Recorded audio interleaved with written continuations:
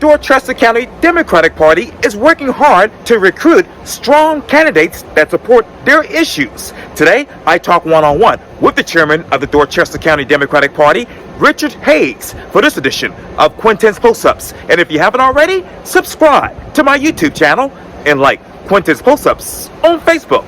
Richard Hayes, welcome to Quintin's Close-Ups. Well, thank you and welcome. I appreciate being on here. Yeah, obviously. Thank you so much. You are the Democratic Party chair for Dorchester County. So, with all that's going on right now in the political world, what's new? What's now with the Dorchester County Democratic Party? Well, there's a lot of things new. You know, we actually did a pretty good job in September. We didn't get quite the results we wanted, but the participation and the energy was very up, and we're continuing to work on that. We're growing the party. We're going to field some strong candidates. One thing that we're working on is we're trying to give back this year to the community. We're doing community outreach. We always ask the voters and the citizens of Dorchester County for things. It's time we give back. So one of our ways of community is community outreach, and we've been working with the Low Country Food Bank. And our brothers in Somerville, and we're working on giving out food and doing food distribution. And we have done 3 already, one in St. George, one in Harleyville, and one in Somerville. Each time we've had about 150 cars. We've reached over 900 people. We've had a great time talking with them, and we make sure that they're registered to vote no matter what their persuasion is, as you say, So we're spending time reaching out to community, talking to the community, making sure that we represent them and we talk to their issues, not what I think the issues should be. So what issues are they talking about, and how do you represent them with those issues? Sure. When you talk about state politics and county politics, number one issue, is public education. That's really the job, our job.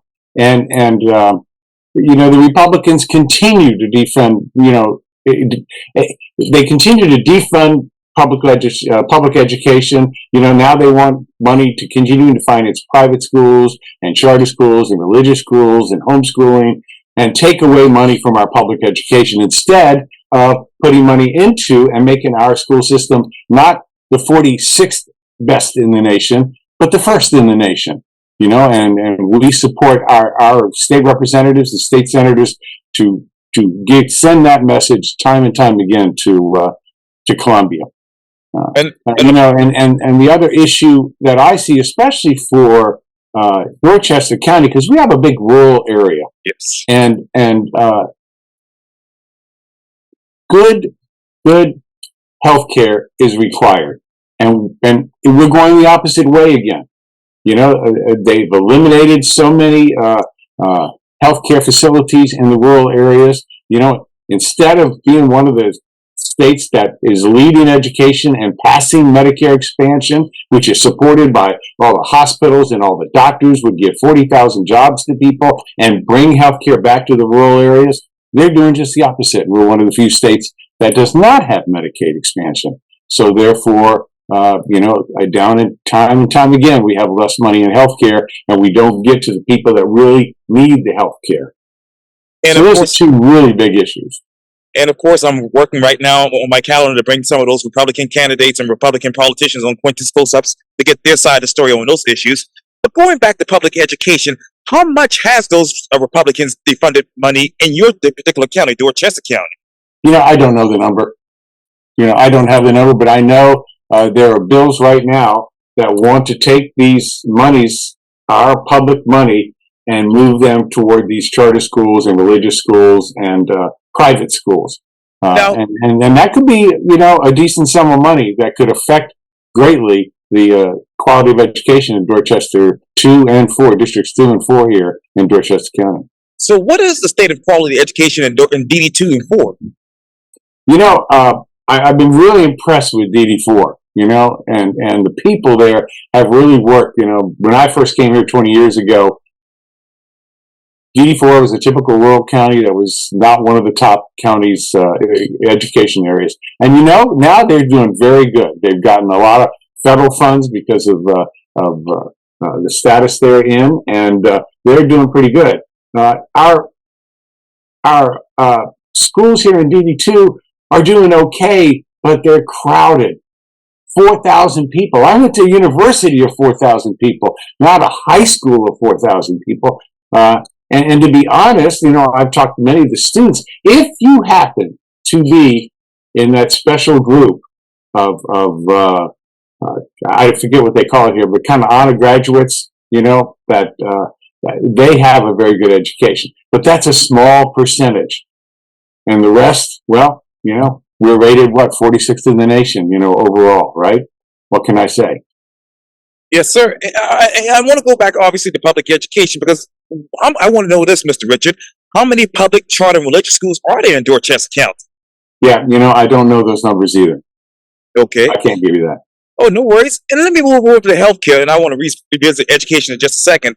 But Sure. how many healthcare facilities are there right now in Dorchester County? Very, very few in the upper Dorchester rural areas. Down here in Somerville, Sure. and toward Charleston County, we're fine. Okay? But when you go above, Ridgeville area up to St. George, Sure. it takes people 45 to 50 minutes, maybe an hour to get to a real facility. And when you're talking pregnant women, that's not good. Now, how many facilities do you need right now, say for Jedburgh and Ridgeville and all these other locations, Cottageville? Oh, I'm not a healthcare expert, but to me, and I think one of the measures is at least to be able to get the hospital under 30 minutes. And so 2, 3, maybe 4, and especially to be able to get out to the people. They're starting, and I know the Charleston Area Justice Ministry has been working very well with Charleston County in trying to get both MUSC and Roper to have mobile units. Right. And they cost money, but they have been very effective on getting out to the people. And I know that the Charleston Area Justice Ministry has worked very successfully with Roper. MUSC we have problems with, but Roper, and they're working with Fetters to get it's about an $800,000 vehicle out to have these mobile units that are fully equipped and fully able to do most things that are done in the emergency room out to these people that can't get in, can't spend an hour, much less 30 minutes, getting into a healthcare facility. So what is your comprehensive plan to work with MUSC to bring those facilities to those areas? Yeah, what we've been working in Charleston County, and this is through not the Dorchester County Democratic Party, but through the Charleston Area Justice Ministry, is we've been working with both Roper, MUSC, and Federers together. Right. And Roper has just stood up, and they're working, and they're building right as we speak a vehicle for Charleston County. MUSC, we've had to get Representative Gilliard involved, and he has actually got in the last budget monies for MUSC to do this, only to do this, but they have yet to sign the bottom line with Federers. So we're keeping the issue out in front of the people as much as we can. Excuse me, to make them accountable. And that's the only thing we can do is make these public officials accountable for the decisions they make. How do we hold you, the Democratic Party, accountable for public education? You make either of the parties accountable by voting. You've got to vote, both for your state senator, for your state representative, and to be honest, we haven't done enough throughout the state to make the Republican Party accountable for their decisions on a myriad of these issues that we can talk about besides just education and healthcare, but especially those two issues. We need to vote, and that's why we'll spend all of this year on voter registration and make sure everybody is registered to vote that can vote, and then we will spend all of 2024, to get people out to the polls to vote and make both parties accountable for whatever decisions have been making right now. So what decisions have you all made? Well, we have made the decisions that we are supportive of public schools, and our representatives and especially led by Gilder Cobb Hunter, who's our representative up in the St. George area, the longest serving person in the state legislature. And every time you see public education being talked about, you will see Gilder Cobb Hunter there talking and supporting our views that we believe in public education. The monies need to go to public education, not to private schools. So what can the Democratic Party do better to better education in your district? Well, we can do a lot of things better, and that's what we've been working on, trying to get our messaging out. We've been working on trying to become more visible. That's why we're doing the community outreach, so people know that, yes, we are here. Yes, there is an alternative to just, one-party government that we basically have now in Columbia, and that we're here on your side, not on the side of big business or whoever, but we're on the side of the people in these issues that are critical to their daily life. Why should you be the alternative? Why should we be the alternative? Yeah, that's a good question. And that's for the people to make that decision. We're taking the stand that we believe in public education. We're taking the stand that we support Medicaid expansion. And so we believe that the majority of the people in all the polls we have support both those issues strongly. So we just need to get our messaging out better to them to let them know that this is what they say they want in all the polls and surveys, and this is what we support, as opposed to the other person on the ballot, which is usually Republican, which is not supporting that. They're worried about book banning. They're worried about anti-CRT. Worried about everything they can except these key issues. And as I mentioned earlier, I'll get to the Republican side of that in a couple of months here on Quinton School Subs. But let me go back. What exactly does the Democratic Party of Dorchester County communicates? We try to get out, through all the medians, and our communications team met this week to do a better job of not only getting out on the webpage and Facebooks and to be at all the meetings. We've have a plan, and we've been putting it into effect all this year of being at all the school meetings and being at all the county council meetings, so the people know that we exist, we are here, and get them the messaging that we are an alternative to these poor policies that the Republicans have been supporting for 20 years, and look where it's gotten us. Well, let me ask you this, Dan. As far as what was your messaging prior to you becoming the chairman? Well, I don't think I didn't do anything magic. Our messaging was similar, but it was more old style. I think it was more using paper, using email. The younger generation doesn't even know what email is anymore, right? They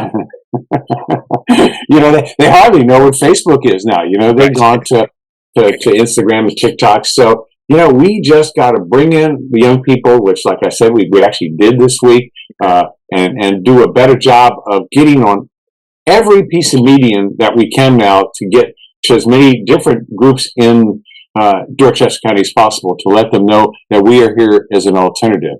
I mean, look what's happening now, the hate crimes bill. Do you know we're one of 2 states that has not passed the hate crimes bill? And the Democrats are the ones that have worked behind the scenes and forced it out as an issue. And I remember we had a debate last September here at the Chamber of Commerce in Somerville, and forced all the Republicans to come out finally for the Pinckney hate crimes bill. And it's come out of the House, and it's in the Senate now, and hopefully get it passed this year. But even though we're a minority in both the House and the Senate, it was Democrats that forced this issue out into the open and forced these Republicans to say, well, yeah, I guess I'm for a hate crimes bill. And now we're doing the detail work of going through the House and Senate bill process to make it a reality. And just to be fair, Beaufort Republican Senator Tom Davis is on board with actually supporting this hate crimes bill as we speak right now. Absolutely. It's a bipartisan support now. We're the ones, though, that through the last 4, 5, 6, 7, 8 years have tried to get this and make these people take a stand on this, because they know, how could you be against it? I just didn't, it boggles my mind. There are hate crimes occurring right now in Dorchester County. You know, we have not had any that I know of. That doesn't mean they don't exist, you know, and I don't have all the police details of what each of the crimes are and whether any of them would come under the hate crimes bill. You know, Dorchester County is really a pretty nice place to live, and I'm proud of Dorchester County. It's a very integrated county. We have a hard time. You know, we have a majority minority seat in the county council. We have a hard time. Actually, we can't meet the 65% requirement because Dorchester County is so integrated. You know, and so I don't think we've had any hate crimes in Dorchester County that I know of. That certainly has no bearing on whether we should be strongly supportive of this bill or not. And how many Republicans in Dorchester County do you have on board to help with this bill? We got them all on board. All on board that were at that debate. Every one of them. I remember you saying that earlier, and I want to get back to that in just a second too. But sure, you talk about Dorchester County. So how does the Dorchester County Democratic Party actualizes and translate those ideas that you just mentioned into multiple arenas to its advocates, potential candidates, and the broader public? We just have to be where the public is. So, you know, we have to either go to events, work with partners, and go to their events, and try to make our own events where the people are, so that we can get the message out, and try to be on all these different platforms, and try to hit both not only the older voters but the younger voters, and do our best to get ourselves in the newspaper. Even though people don't read the newspaper much, it's always good to get in an op-ed. And we have an outstanding member of our party, David Rubin, who has lots of background on newspapers, and he's been doing a great job being a gadfly and writing outstanding op-eds for both the Somerville Journal and for the Post and Courier. He has his own blog. You know, if you have any other new ideas, please just let me know.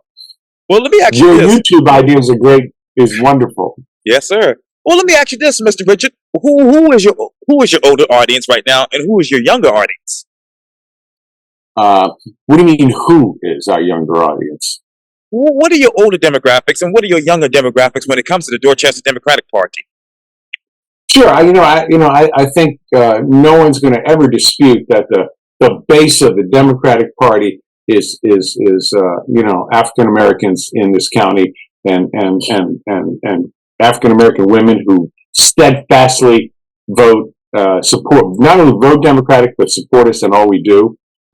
We are growing a more middle class group of both white and African Americans and Latinos, especially women, because of the stands that the Republicans have taken on the abortion issue, right? And the pressures they put on women and what they're doing to women's rights. So we're growing in that middle class. We're growing the women that we have, and then we always support young Democrats, and we have a special vice chair just for young Democrats. Our third vice chair of our county party, and actually everybody's county party, is a young Democrat. It has to be 35 years or older. We also support the young Democrats at Charleston Southern University.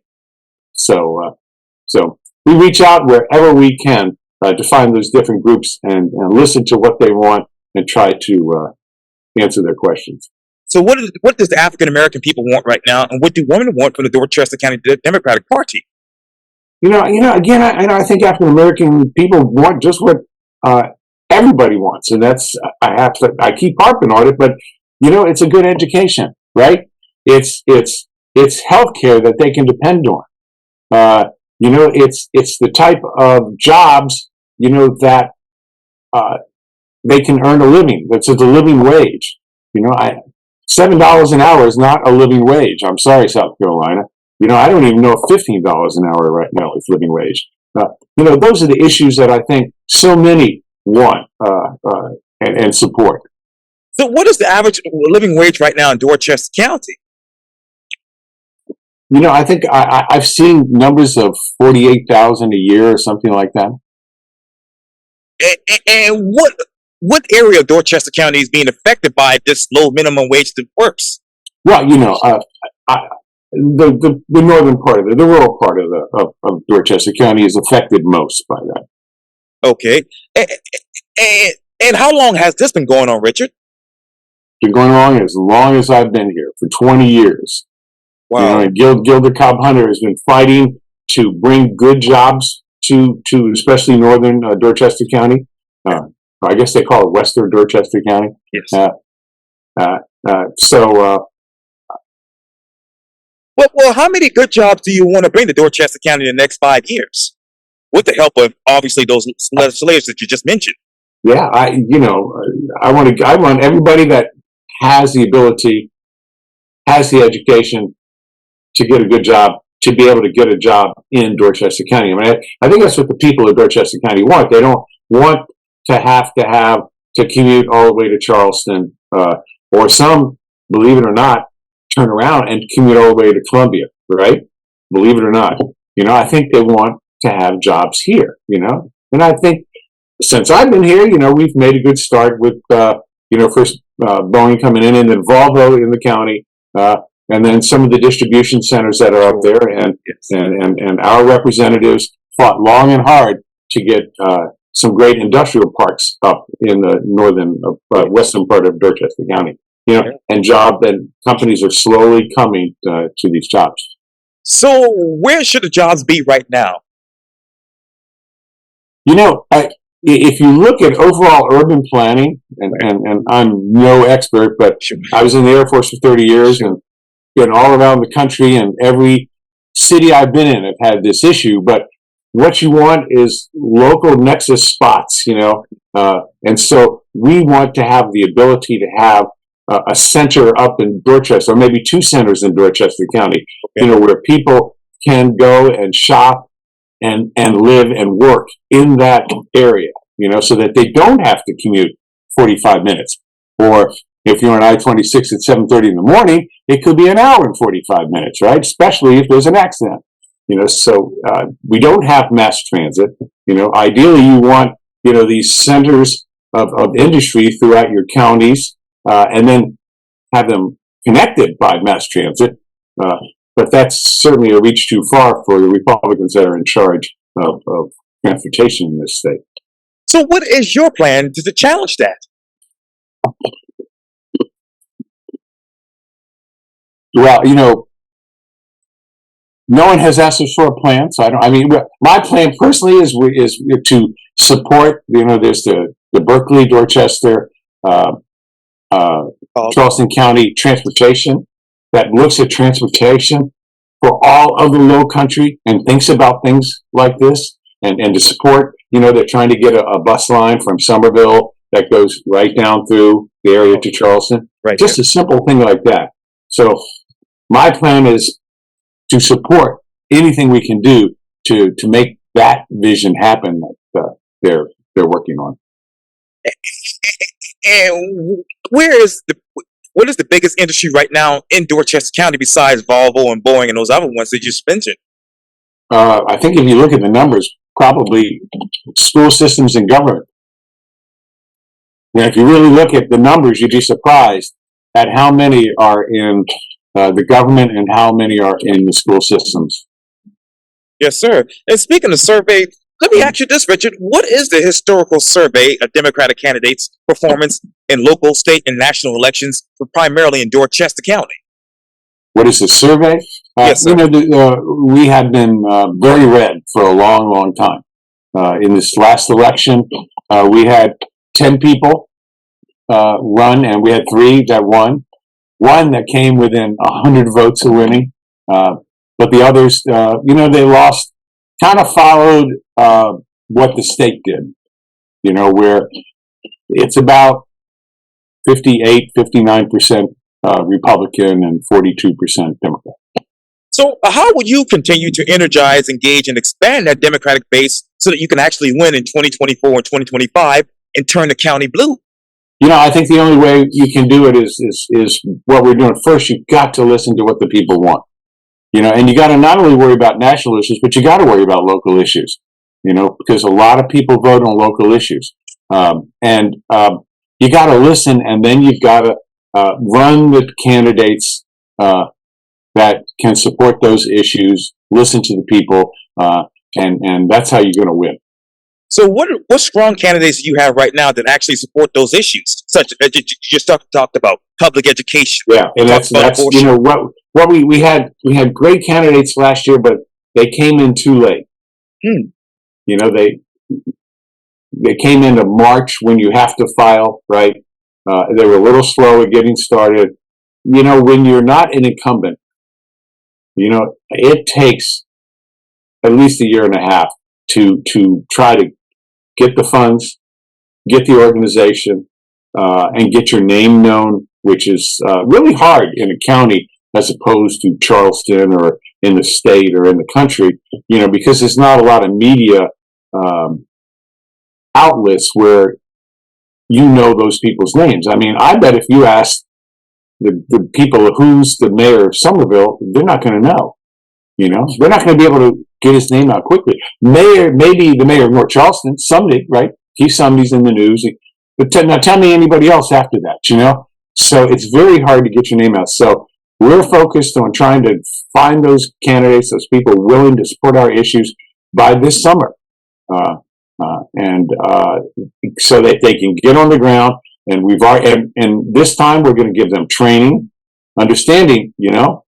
I'm sorry, but it takes money to run an election, so you have to be able to work that issue, even though no one likes to ask people for money, right? So we have to train these people that are willing to step up and support the people of the county in these issues. We have to train them to not only get money, but have an organization, get a campaign manager, and the strategies of getting boots on the ground. So how many candidates are you targeting for this year? This year is not a, right. It's a nonpartisan year. Right.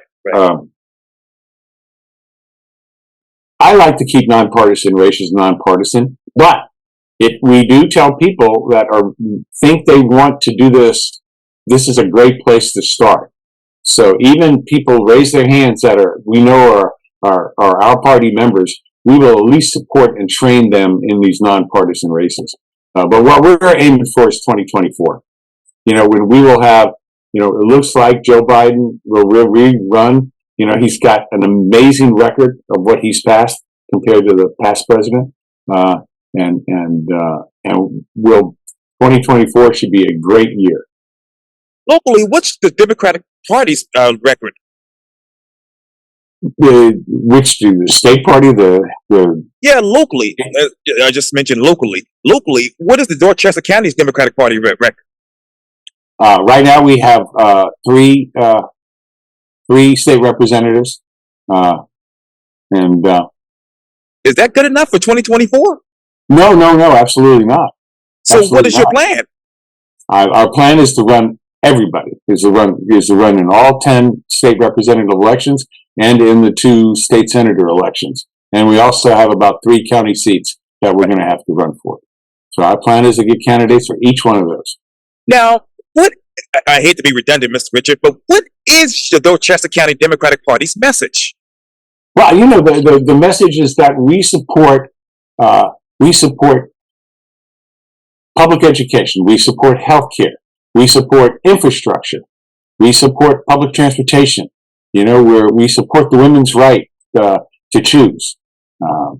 We want sensible gun laws. I mean, look at what's happening just this week, unfortunately. And again, the Republicans are not doing what needs to be done in gun control. They're doing just the opposite. We want greater emphasis to provide tax breaks for affordable housing. And we also want accountability in the American legal system. I mean, accountability for all those planned and tried to execute the January 6th coup, a coup aimed at keeping Trump in power. And accountability for those in financial community, for the banking system, the cryptocurrency, and stock and bond markets to defraud the American people. So our issues are to support the people to be able to live a good life, right? And not to support all those people that are just worried about getting the next dollar bill. You talk about all those issues. Do those issues resonate with the people of Dorchester County? We will find out in 2024, won't we? But we're gonna support issues that again are at the local level, and certainly public education, healthcare, supporting smart growth, and not just being on the side of the developers against our people in their housing. That's going to resonate, I'm sure, with county people for local issues. For state issues, public education, again, gun control issues, supporting women's rights. Those are all strong issues that I think any Democrat will get excited about. And Are you excited?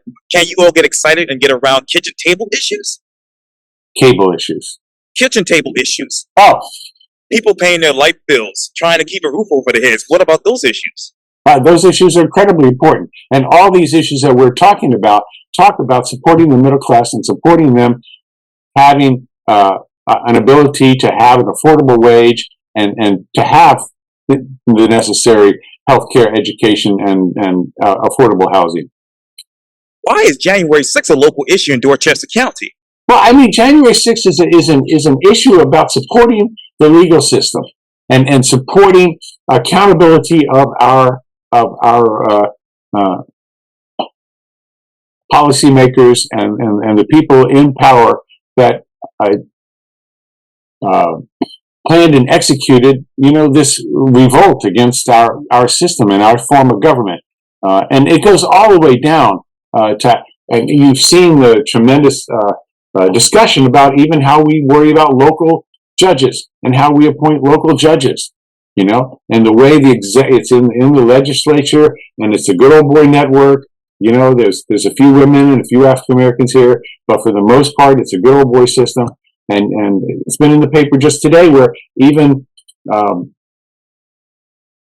some Republicans now are supporting a change in the way we do judges here in South Carolina.